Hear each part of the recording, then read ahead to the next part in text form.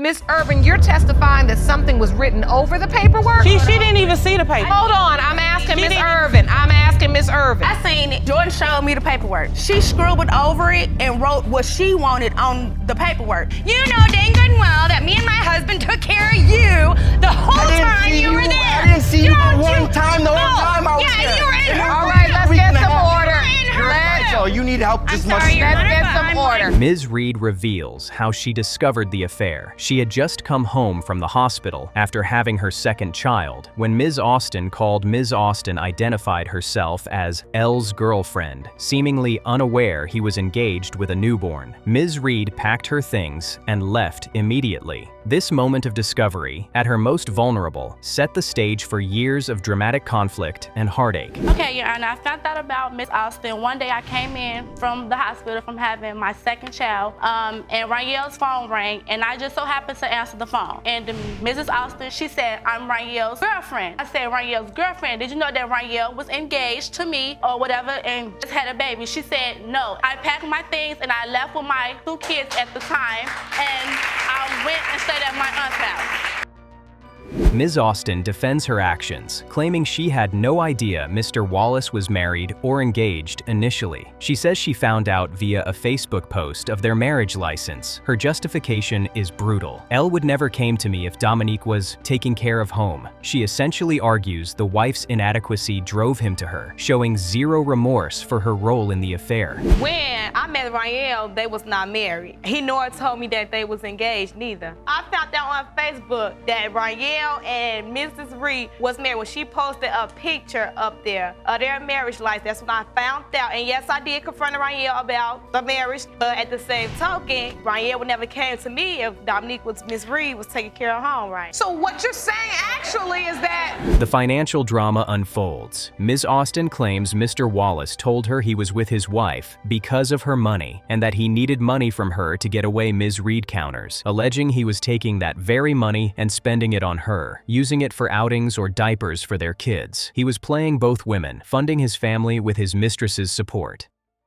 you didn't have any regret or remorse about it because you felt like if she was handling her business, he wouldn't be over talking to you. Right. Honor, that means that she didn't mind playing the role as his little mistress. Because any woman wouldn't sit there and be in a relationship with a man that has a woman. Like, as me as myself, I have respect, and I don't want to be no one's mistress. So, Ms. Austin, what's your response to that? Well, he led me on. In a shocking twist, Ms. Reed admits to her own act of revenge. After discovering the affair, she noticed Ms. Austin's ex-boyfriend messaging her. She decided, how about I get revenge on Elle and talk to her boyfriend? She openly confesses she did it to hurt both of them, creating an even more tangled web of retaliation and messy entanglements beyond the original love triangle. I did that out of revenge. At the time, Raniel was cheating on me with her. So I noticed that Demeriel was messaging a boy up on Facebook telling him how she missed him. So how about I get revenge on Raniel and talk to her boyfriend? Yes, I did it to hurt Raniel and I did it to hurt her. And so Raniel could see it's not okay to cheat on someone and misuse them and tell them you love them, and that's not what you do to someone you love. You don't cheat on them and you don't misuse them. Mr. Wallace finally enters, and his testimony is jaw-dropping. He casually confirms he's married to Ms. Reed and was sleeping with Ms. Austin. When asked if he has any remorse, he flatly states no. He claims his wife wasn't a good wife, complaining she rarely cooks and doesn't clean. His brazen lack of shame and blame-shifting is a masterclass in audacity. But you were sleeping with Ms. Austin. Yes. You had a baby with Ms. Reed. 3, Donna. 3. Correct. Might have a baby with Ms. Austin. Allegedly. You busy. You just standing there, Mr. Wallace, like you don't have a piece of remorse in the world. Now, you don't? No, ma'am. The debate over the baby's paternity gets graphic. Ms. Austin insists Mr. Wallace is the father because they had unprotected sex, while she used protection with her ex, Ms. Reed, immediately contradicts this, claiming the ex-boyfriend told her he also had unprotected sex with Ms. Austin. The conflicting testimonies about intimate details create a he-said-she-said mess over the child's biological origins.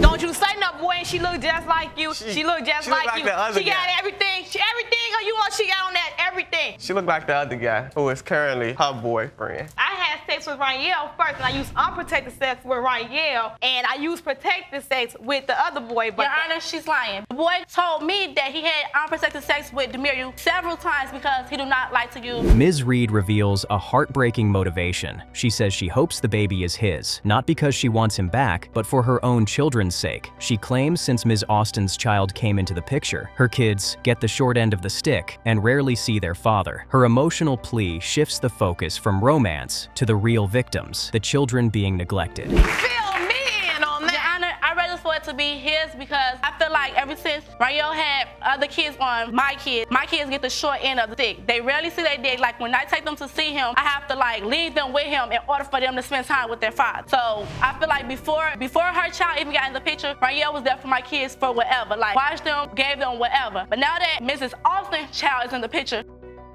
A third woman enters the fray. Angela Roberts takes the stand and drops another bombshell. I also have a child by Mr. Wallace. She reveals she has a 5-month-old son that he also denies the case. Already a messy love triangle instantly explodes into a chaotic square, revealing a pattern of behavior far more extensive than anyone initially presented. Thank you. State your name for the court, please, ma'am. Angela Roberts. Thank you so much. Now, what brings you to court today? What would you like to add? I also have a 5-month-old child by Mr. Wallace that he claims he's not the father of. You also have a 5-month-old child that you say is fathered by Mr. Wallace, but he's denying that child as well. Yes. Hold on 1 second. Just 1 second. We're going to get down to the bottom of this, but first we need to deal with the people in front of you. The DNA results for Ms. Austin's baby are in. The envelope is opened and the verdict is delivered. Mr. Wallace, you are her father. Ms. Austin immediately erupts in vindication, taunting her rivals with, "Told you, dummy." This confirmation validates her claims, but also solidifies Mr. Wallace's responsibility for yet another child in this sprawling, complicated family dynamic.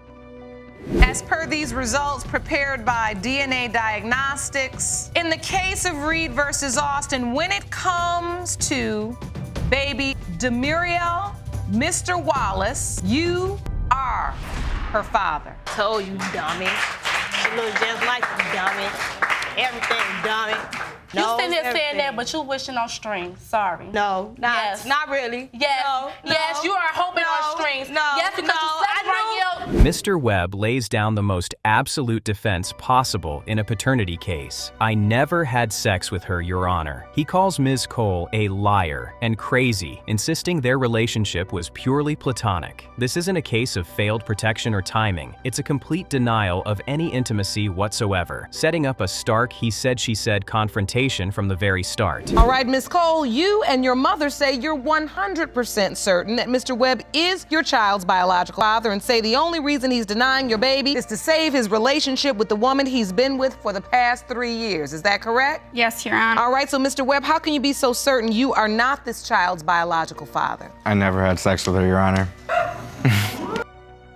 Ms. Cole counters with a specific claim, stating Mr. Webb stayed with her for 2 months and they had sex on April 11th, the night she believes her daughter was conceived. This directly contradicts his story of a brief, 1-week couch surfing friendship. The battle lines are drawn, a detailed account of intimacy versus a flat denial of anything beyond casual hanging out. I know for a fact the dates line up, and I know he stayed with me for 2 months, and he slept in my bed with me for 1 night, and we had sex. April 11th. That's when you believe you conceived your daughter? Yeah. Mr. Webb, this is strange. What was the nature of your relationship? We never had sex or anything. We were just friends. We would chill out. That was it. Mr. Webb introduces a bizarre piece of evidence, a photo. He claims Ms. Cole called him into the bathroom and took a picture of them together before he could react. He says she posted it on Facebook and refused to take it down, using it as proof of her crazy behavior and obsession with him. This strange anecdote adds a layer of modern drama to the case.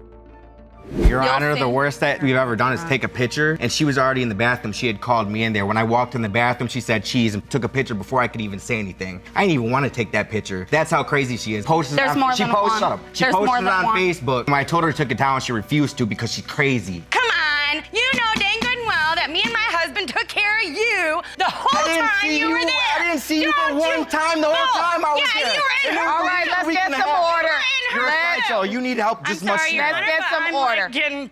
The situation gets murkier as we learn Mr. Webb was staying at Ms. Cole's house with her mother and husband present. His girlfriend confirms she knew he was hanging out there, adding a layer of perceived trust to his story. The living arrangements are contested, with Mr. Webb insisting it was only a week on the couch, while the Cole family implies a longer, more involved stay. I wasn't living there. We were hanging out for a week and a half. Right. And on top of that, April 18th, I had moved back to Detroit. How was I there for 3 months? So why were you staying there with them for a week if you had a girlfriend? She had knew about it. We were friends. She trusts me. She knows I'm not like that. I don't do that type of stuff. I've known him for 7 years and he is not like that at all. And you called me, and you called me with his friend telling me that he was there for 3 weeks and you guys were having sex and blah, blah, blah.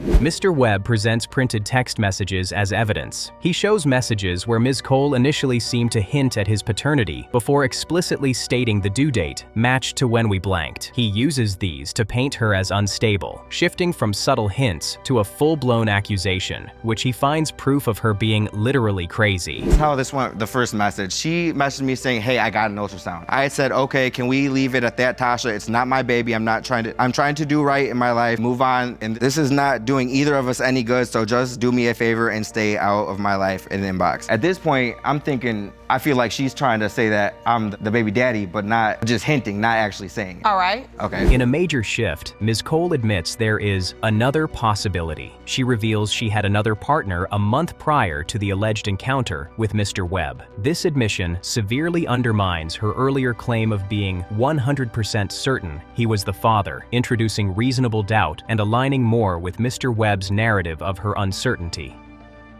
I've been trying to figure out There's one reason why I'm here. To know for sure he's the dad. Because I did have another partner. It was a month prior. How we find out? No, I told you there was another possibility, and I told the other possibility there was another. That you were 100% sure that I was the father. You and your mom said that. Wait a minute, Miss Cole. Look, she looks just like him. That baby's white. He is dark. I'm sorry, but I'm Puerto Rican. Okay. That's all I got. Ms. Cole presents a calendar to the court, marking April 11th in red as the date she was intimate with Mr. Webb, and a blue window for conception. However, this is complicated by her admission of being intimate with the other man in May. The timeline seems messy, and Mr. Webb pounces on the inconsistency, questioning how the dates could be so confused. You submitted a calendar to the court, am I correct? Oh, you have another copy. Jerome, let me see that, please. So this calendar outlines what exactly? In red is the date you were intimate with Mr. Webb, on the 11th of April. Yep. And then my conception was... The window of conception is in blue. Yeah. So that's the week prior to the 11th. Yeah. And then Majestic was born on the 28th of January, correct? Yes. The testimony takes an intensely personal and graphic turn. When asked for details to prove her case, Ms. Cole offers, "I can tell you how big his winker is. It's pretty small." His girlfriend immediately refutes this, leading to a deeply awkward and unprofessional argument about the man's anatomy right in front of the judge, sinking the courtroom's decorum to a new low. It was a lousy, 20 minutes. I'm so sorry, Your Honor. Okay, there was 2 witnesses there that said that they never had sex at the party. The night that she said that we had sex or whatever, 2 of our friends were there. One of them were her family members, and even he said that we didn't do nothing. They were partying with us the whole night. And So, but if you're sleeping at the house and you all are partying, I won't ask what that means, but if it goes on for a week and a half, I really don't think it's anything positive. Mr. Webb produces more text messages that back his claim. The messages show Ms. Cole writing, "It's you or a white dude." This evidence supports his argument that she was never sure and only later decided it was 100% him. The judge notes this lends credibility to his testimony about her uncertainty, making her absolute certainty in court seem questionable. Oh yeah, I do want text to ask messages that she I'm sorry, I'm still getting over the previous testimony. Jerome, pass me this evidence. These are text messages of her telling me that it's either me or the other guy. She's not even for sure. These are text messages. It's just until now that she decided that it's for sure 100% me. No. But does that text to you, does it look like to you that she's for sure? Because my due date changed. So this reads, nothing about this is hard. The debate over a physical resemblance becomes a chaotic argument about race. Ms. Cole insists the baby looks like Mr. Webb. His girlfriend retorts, "That baby just straight white," while Mr. Webb Webb points out his brown skin tone. The back and forth highlights the unreliability of using physical looks, especially complexion, to determine paternity, devolving into insults about needing glasses. Look at the nose. Of That Mr. nose don't Webb look like and nothing. Majestic. She needs glasses too. so. Definitely. You believe there's a resemblance. Oh yeah, for sure, yeah. You obviously don't see Oh it. my My God, no. She was dark up until she was 3 months old. Yeah, she She was lightened dark up. the first She 2 was hours white. she was born. She lightened up. I can't even. And this picture is to show what exactly? Judge Lake asks Mr. Webb if he would be willing to be a father if the results proved he was. He admits it's not something he's thought about, saying, "It's something that I have to sit down and think about by myself." This non-answer highlights his total mental disconnect from the possibility, as he remains utterly convinced of his own innocence in the matter. That's not something I've thought about, considering I didn't have sex with her. So, I mean, it's just never something I've really thought about, honestly. It's something that I have to sit down and think about by myself. You did too, sleep with me. And you know that. I'm done arguing. The truth so. will come out in a few minutes, so. Good. We're waiting. And I'm gonna laugh at you. Miss Cole, Ew, like that's gonna do something. Yes. I do have the results. Jerome?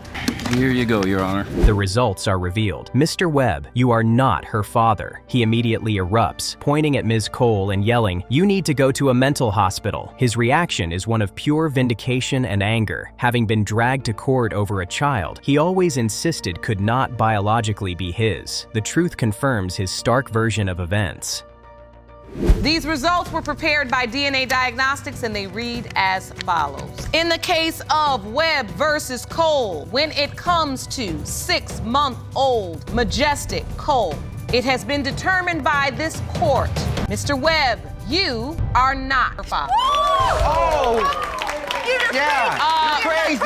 You need to go to a mental hospital! Mr. Travis expresses his deep love for 22-month-old Mariah, calling her his heart and his all. He is emotionally torn, wanting to be her father, but plagued by doubts. He reveals his cousin informed him that while he was away in December 2015, Ms. McNair was cheating and got pregnant. This revelation from a trusted family member is the source of his painful uncertainty. She's my baby. I want to be her father and be there for the man that I'm supposed to be. So you love this baby? Yes, ma'am. Mr. Travis, Yes, and ma'am. you are truly torn Yes, because while you love this baby and devoted to Mariah, you have some doubt. Yes, Your Honor, I do. Because And- I went away 2015 in December, and while I was gone, I actually talked to my cousin, Tiara.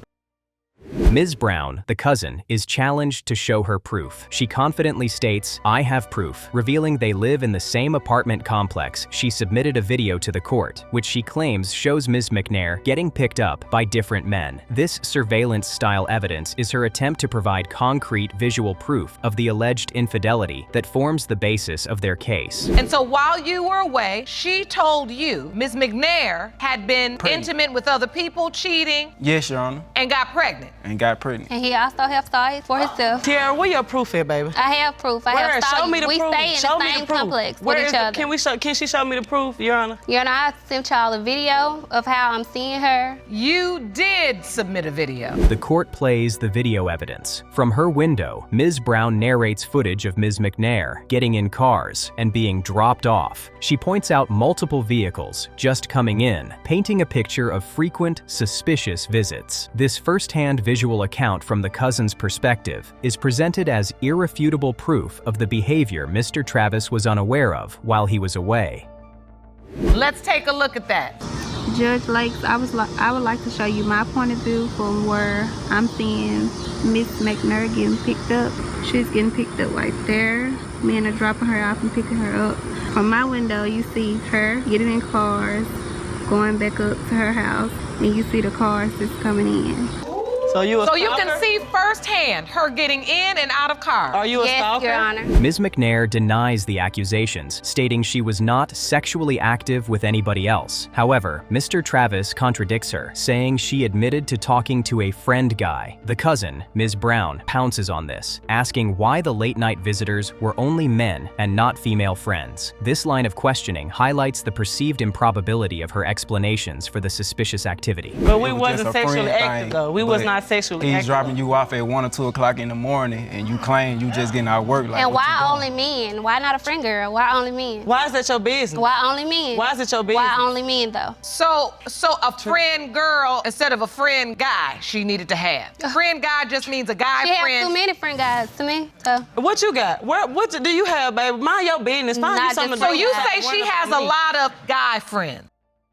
Under questioning, Ms. McNair makes a startling admission. She says, "I do get lonely," justifying why she had male company. She insists these were just conversations, nothing sexual. The cousin immediately mocks this, saying she gets lonely enough to come out the house at 1 or 2 o'clock in the morning. This lonely defense is met with extreme skepticism from everyone in the courtroom. Have someone else, you know, when he's not around, but we're not sexually active at all. When you not say around. you're entitled to have somebody else, what do you mean? I do get lonely. How lonely were you? I mean, what happened here? lonely enough to come out the house at 1 or 2 o'clock in the morning. That's it. That's all. So why Nothing does it have to be with a guy? Why not with just a girlfriend, someone, a friend, a family member? Why a guy? Ms. Brown presents her most compelling argument, a calendar. She outlines that Mr. Travis was away in December. They found out about the pregnancy in February-March, but the baby was born in October. She dramatically states she was pregnant for a year though, pointing out the timeline simply doesn't add up for a standard 9-month pregnancy, suggesting the conception happened when he was absent. The calendar to the court because you say the timeline is off. My timeline was on. She was pregnant for a year though. A Am calendar. I right? But you say Ms. McNair's timeline is off. Yes. So you submitted a calendar to the court. Yes, ma'am. No. Oh, Lord. The judge does the math aloud. Counting back from the October 3rd birthday, the conception window falls in January. The cousin declares, might as well be a year, highlighting the glaring discrepancy. This objective calendar evidence powerfully supports the family's claim that Mr. Travis could not be the biological father based on the timeline of his absence and the child's birth date. You count back 1, 2, 3, 4, 5, 6, 7, 8, 9, 10. That'd be 11 months. Might as well be a year. Which means the You need to window mind your of business, baby. conception. You need to find you something to do and talk about besides me and my relationship, honey. You've been pregnant a year though, almost a year. It just don't Not adding add up, up. y'all. It's You not. right. Don't add Whatever, up A at Tierra. all. whole year? Whatever, Tierra. You I just- thought 9 months. That's how long I was pregnant, 9 months? No, you was pregnant a year. Was you with me? Almost a Was year. you with me, though? No. Mr. Travis confirms he was at the birth and, crucially, that he signed the birth certificate. His cousin interjects, calling this decision stupid. This legal act solidified his role as the legal father, creating a heartbreaking conflict between the bond he has formed and the DNA truth he now seeks. It's a decision made out of love and hope, now haunted by doubt. Stupid. That's stupid. Just mind your business, baby. So wait a minute. So what I do want to understand, Ms. Brown, you are very protective over your cousin because you feel like he's in love with Ms. McNair and he's fallen in love with the baby, She jealous but of he's me. not paying attention to the fact. Yes, and she's taking advantage of that. Mr. Travis reveals his powerful personal motivation for being present. He says, "I grew up without a father. I wanted to be better than my father." This explains why he signed the certificate and stayed for 22 months. Despite doubts, his desire to break a painful cycle and provide a stable father figure is the tragic, noble core of this entire case. I always told myself, if I have any child in this world, that I'm gonna be better than my father. I wanna be there every day, every step of the way for my kid. But that's not your child. Again, was you there when we was Stop conceiving saying her? your child. When you look at the calendar we presented, did that increase your doubt? Yes, Your Honor, because to be honest, it don't add up to me. Like, if you was pregnant, why would you tell me towards? The judge summarizes the high stakes, noting Mariah has Mr. Travis's last name, and he signed the birth certificate. The cousin simply states, he's blind, meaning blinded by love. This encapsulates the entire dynamic. A man's deep emotional attachment and commitment are in direct conflict with the logical, timeline-based evidence presented by his protective family. But Ms. McNair, when you looked at that calendar, you saw that it didn't add up. What is your response to that? That calendar is a lie, Your Honor. That calendar is a lie. Whatever. She just said she found out in But January. her birth date isn't a lie. The birth date is not a lie. The window of conception, that window wouldn't be a lie. No. Is there something you just don't want to say? We're in court now. The judge urges Ms. McNair for honesty, stating, "It ain't no more shame in your game." She points out the admitted loneliness and the conception window that doesn't align. Despite the mounting logic, Ms. McNair sticks to her story, only admitting to conversation with male friends. The judge concludes, "I'm gonna let the DNA talk, as all other arguments have failed." I mean, really, we just ain't 11 months pregnant. Right. And if that's his baby, God is good. If that's his baby, honey, y'all owe me an apology, sweetheart. If that's his baby, you owe me an apology, baby.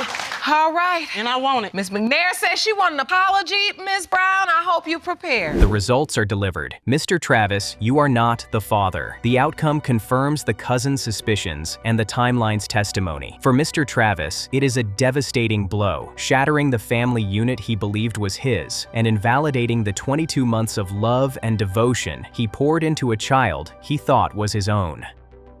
In the case of Travis versus McNair, when it comes to 22-month-old Mariah Travis, it has been determined by this court. Mr. Travis, you are not the father. The gavel bangs, and we are immediately in the thick of it, people. Judge Lake gets straight to business. Ms. Funzie is here to prove her 1-month-old son, Jem, is her boyfriend Jordan Irvin's biological child. They already have 2 kids together, but Jordan isn't buying it, and he blames her cheating. The entire family is on the line, and the tension is so thick you could cut it with a knife. Ms. Funzie, you have opened your case to save your family. You are here to prove your 1-month-old baby, Joakim Irvin, is your boyfriend, Mr. Irvin's biological son. You say you and Mr. Irvin have 2 other children, and you plan to have this 3rd child. You blame his sister for stirring up his ridiculous doubt. Let's get into this mess. And here comes the confession. Ms. Funzie admits she cheated, but listen to her reasoning. She claims it was a one-time revenge hookup because he cheated first. She says they used protection, and it was just that single night. This is the classic tit-for-tat relationship disaster in the making. She thought she was getting even, but she was really just setting a time bomb that's about to blow up her whole life. So, Ms. Funzie, you say your relationship is at stake? Yes, Your Honor. Explain. My family's on the line. I love Jordan. We've been dating going on 7 years and been dating since the 10th grade. And the denying that he has towards my 1-month-old child, Joakim, which we play in the house together, I was in problems with our relationship. She did that. She did that to herself. Jordan reveals how he found out. He couldn't sleep, saw her phone, and a little voice told him to snoop, and bam! He discovered she spent the night at a friend's house with another guy. The trust is completely shattered. It's the modern-day tragedy of the smartphone, folks. That little device holds all our secrets, and one late-night curiosity search can unravel a 7-year relationship in an instant. One day I couldn't sleep, so here it is 4 in the morning. I seen her sleeping and her phone was right beside her. Something told me to just go through her phone. So I found out that she spent the night at her friend's house with this other guy. But I came to him and let him know that I cheated on him. After he found out, she always going out with her friends. Judge Lake is drilling down on the details. So you had sex with this man one time? She asks. Yes, Funzie replies. And you used protection? Yes. The story is laid out. One night, protection, a revenge plot. It seems almost manageable, right? Like a bad mistake, but not a catastrophe. But you can feel the skepticism radiating from the bench. Something about this story feels a little too neat and tidy. So you had sex with this man one time? Yes, and you used protection? Yes. If Mr. Irvin had never looked at the phone, if something didn't tell him to look at that phone, would you have told him about the cheating? Yes, I was gonna come clean to him at the right time because we was already going through. When was the right time? Because he came to me when he had told me he cheated. Now we get to the pregnancy drama. Jordan's doubt started at the ultrasound. He says the paperwork was scribbled on, making the conception date unclear. He's convinced she was trying to cover something up. She insists it was simple, and he's just causing problems. This is why paternity court exists, people. A little scribble on a medical form can fuel a lifetime of doubt and tear a family completely apart. Because you were concerned about the date, yes. But it should have been on the paperwork. Yeah, it was. I couldn't understand the paperwork. It was simple. I didn't write nothing. That's not my handwriting. The latest signature on there. Ms. Irvin, you're testifying that something was written over the paperwork? She didn't even see the paper. Hold on, I'm asking Ms. Irvin. I'm asking Ms. Irvin. I seen it. Here's a critical life lesson, everyone. Despite his raging doubts, Jordan Irvin signed the birth certificate. Judge Lake is floored. You signed it even though you had doubt? Why? He says he wanted to do the right thing. Oh, buddy. That well-intentioned but legally binding signature means he's on the hook for 18 years of child support, regardless of what these DNA results say. This was a massive emotional mistake. And you signed the birth certificate even though you had doubt? Why? Because I wasn't sure whether he was mine or not, and I wanted to do the right thing back because I was there, so I just signed the birth certificate like I did my other 2 sons. I truly understand your sentiment and that it comes from a good place. You do understand. Ms. Funzie presents her ironclad evidence. The baby has knock knees, just like Jordan and their other kids. She's absolutely certain this is proof. Your Honor, I present Exhibit A, the ashy hereditary knees. It's a bizarre but heartfelt argument. You can tell she's clinging to any physical similarity, trying to will this baby to be his. It's almost sad how much she believes in the power of knock knees. Submitted evidence to the court, right, about the knock knee. You feel like they got the same? Yes. Knock knees. Oh, they're okay. All the other kids, they say they all got the same knees and the same body shape, and you say Keem got the same thing. Yes, Your Honor. And you believe these knock knees are hereditary, and the body shape is an indication that Jordan this also is thinks the same thing. Cue the medical expert. Dr. Richardson enters and completely dismantles the knee theory. He explains knock knees are common in young children and often straighten out by age 6. Determining paternity based on a 1-month-old's knees is, in his professional opinion, very difficult. So much for that evidence. The doc just scientifically vaporized her entire argument with a few calm, rational sentences. The look on her face says it all. Yes, knock knees, it is when the knees point in toward each other, and more technically, when someone stands straight up and there's about a 3-inch gap between their ankles and they can't put their legs together, but the knees are together. Kids go through this as they're born. They actually can have bow legs, then go into knock knees, and then they straighten up. Boom! The other man has been tracked down and submitted a statement to the court, and it directly contradicts her story. He says they had sex in Jordan's car, and it was not just one time the room erupts. Jordan is losing it. You lied to me, man. The carefully constructed one-time mistake story is crumbling into dust, revealing a much longer, more intimate affair. The betrayal just got 10 times deeper.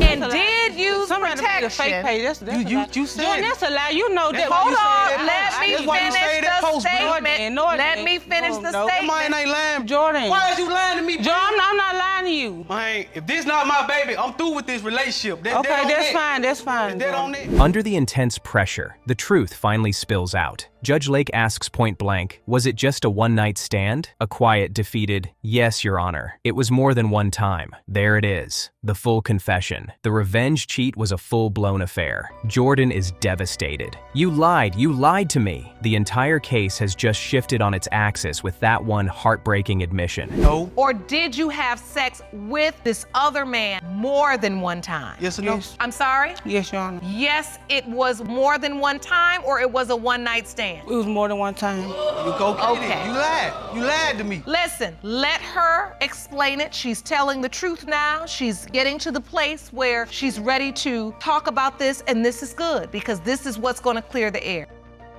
Judge Lake drops some serious wisdom, y'all. She calls out the tit-for-tat revenge game. We lose that game, she says. We do this tit-for-tat thing, and we lose because we end up pregnant. She's speaking to every person who has ever tried to get even in a relationship. What was the revenge worth? A beautiful, innocent baby whose paternity is in question and a family in ruins. And this can't all be for revenge. I mean, we can't be here with a 1-month-old baby, beautiful, innocent baby whose paternity is in question. Was the revenge worth this? No. Right. What are your hopes, Mr. Irvin? What are you hoping for today? Do you hope this beautiful baby is your biological child? Yes, I'm hoping he's mine for my son's sake. The results are in. After all the lies, the knees, and the drama, the truth is revealed. It has been determined by this court. The biological father is Mr. Winfield. Jordan is not the father. The other man is. The courtroom explodes. Jordan's family is shouting, "I knew it!" He looks completely broken. Ms. Funzie's lies have officially cost her the family she claimed she wanted to save. What a tragic mess.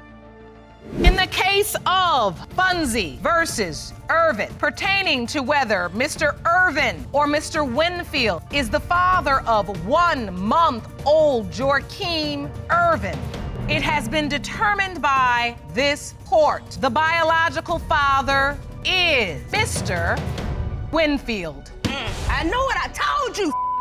I knew it wasn't his baby. When hold Mama on. went to the hospital and Miss seen that Irvin. baby, she knew it wasn't. Judge Lake lays out a case 2 decades in the making. Mr. Williams is furious, accused of fathering Ms. Smith's now adult daughter, Alexis, after a chance meeting 20 years later. He insists it's highly impossible, dragging up her past and calling her a promiscuous party girl from 24 years ago. She stands firm, claiming she told him back then, "This is a paternity mystery buried in the 90s, and it's about to be unearthed." Mr. Williams, you say you knew Miss Smith 24 years ago when she was a promiscuous party girl. You are furious that after a chance meeting 20 years later, she is now claiming you fathered her adult daughter, Alexis. Miss Smith, you say there's no doubt Mr. Williams is the father of your daughter, and you told him as much 24 years ago.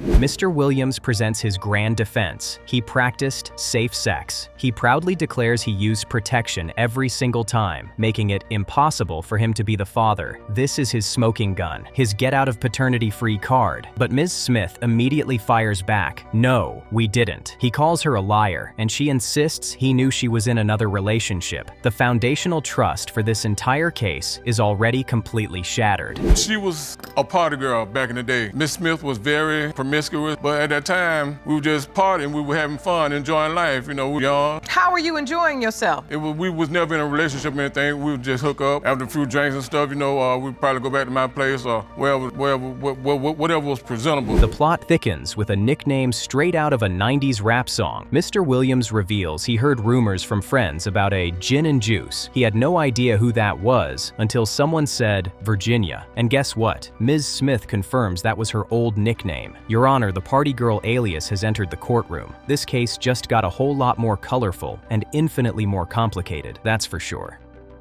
Oh, you're saying that you used protection? Yes, I used protection. When you slept with her? Yes, I did. Yes, I did. All right, so that's good. So now, The Miss same Smith, when you were having that sexual relationship and having a good time, did you use protection every time? No, we didn't. No, we did not. That's a lie. That's a lie. Your Honor. We get the story of the fated bus encounter 3 years ago. Mr. Williams says Ms. Smith told him, "Your daughter wants to talk to you." Leaving him baffled, she claims he asked about her daughter. This chance public transit meeting is the inciting incident that brought this 21-year-old secret to a head. It's amazing how a simple bus ride can detonate a decades-old bomb on your life, isn't it? Dear partner, she may not now, but that's how I found out about the baby, about the young lady who's supposed to be my daughter from friends of mine. So wait a minute, back in the day, you were never informed that she was pregnant? I was never told about she was pregnant. She never told me anything until, like I say, friends of mine came and told me that they say, somebody named Gin and Juice. I'm saying Gin and Juice.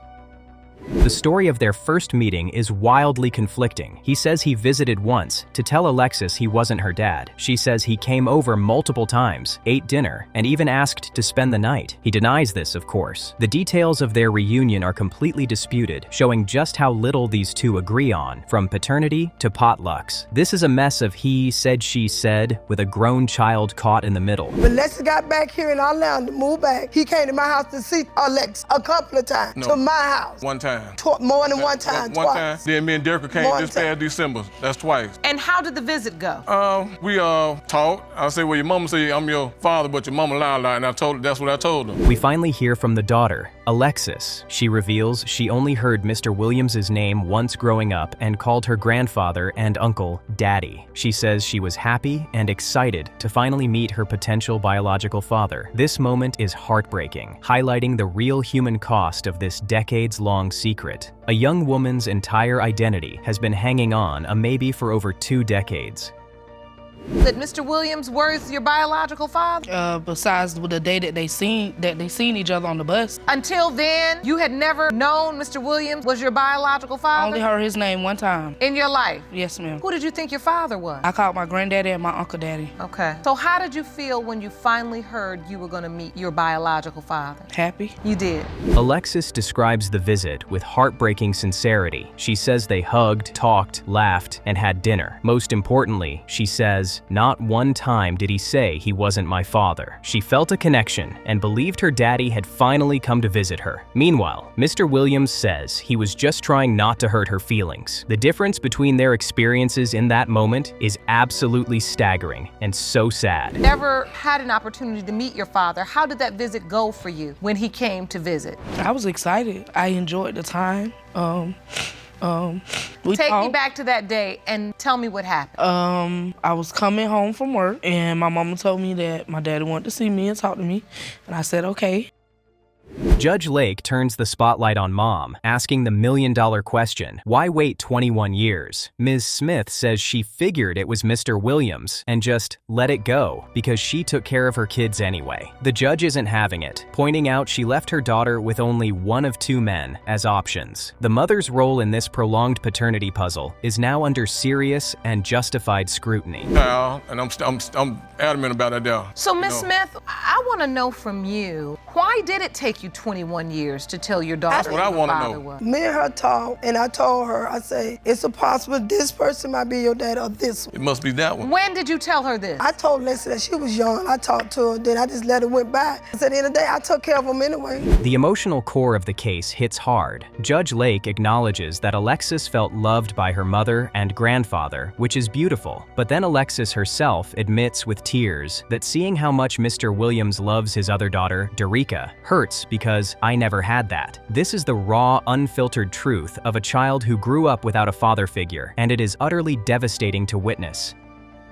And I mean, she's standing here now, God bless her, and she's saying, you know, my uncle and my grandfather gave me the love I need, my mother loved me, so I didn't grow up, because I hear a different story more often than that. I hear, I grew up my whole life wishing I knew who my father was, and everybody else at school had a father, but I didn't have a father, and that bothered me. The fact that she's saying, I got the love that I need is a beautiful thing, but... Enter Derica, Mr. Williams' daughter, and she is team sister. She says she believes Alexis is her sister because they look alike, act alike, and have a connection. She reveals she's the one who reached out and built a bond with Alexis after the bus meeting. She's become the bridge in this fractured family drama, all while her dad is in the background, insisting they look nothing alike. The visual evidence is compelling. Personalities, like, she was all sad and stuff. Just look at us. It's just a connection that we have. I really do believe she's my sister. I know that there's some doubt, or, you know, maybe some things didn't go right back 24 years ago, and, you know, Mom didn't tell everything, but when I called her, I let her know who I was, that I was Derek's daughter, and I wanted to get to know them and see if they were. Alexis, with tears in her eyes, explains what she's learned about Mr. Williams through her bond with Derica. He loves her a lot, he cherishes her, and that realization brings her to tears because it's something she never had. This is no longer about biology, it's about a deep, unmet longing for a father's love. The desire for that specific paternal love is just pouring out of her in this moment. Whether or not you truly are sisters? Yes, ma'am. It made me nervous, got butterflies, but... What have you learned about Mr. Williams through your sister? He loves her a lot. He cherishes her. And you say that with tears. That's my baby. And why does that make you feel like that? Because I never had that. The moment of truth arrives. After 24 years of doubt, the results are in. Judge Lake delivers the verdict. Mr. Williams, you are not the father. He immediately erupts. There you go. I rest my case. His victory is absolute, but the camera cuts to Alexis, whose hope for a definitive answer and a father has just crumbled. The truth is out, but it has created a whole new set of problems. These results were prepared by DNA Diagnostics, and they read as follows. In the case of Williams versus Smith, when it comes to 24-year-old Alexis Smith, it has been determined by this court, Mr. Williams. Yes, ma'am. You are not the father. There you go. I rest my case, Your Honor. Look out.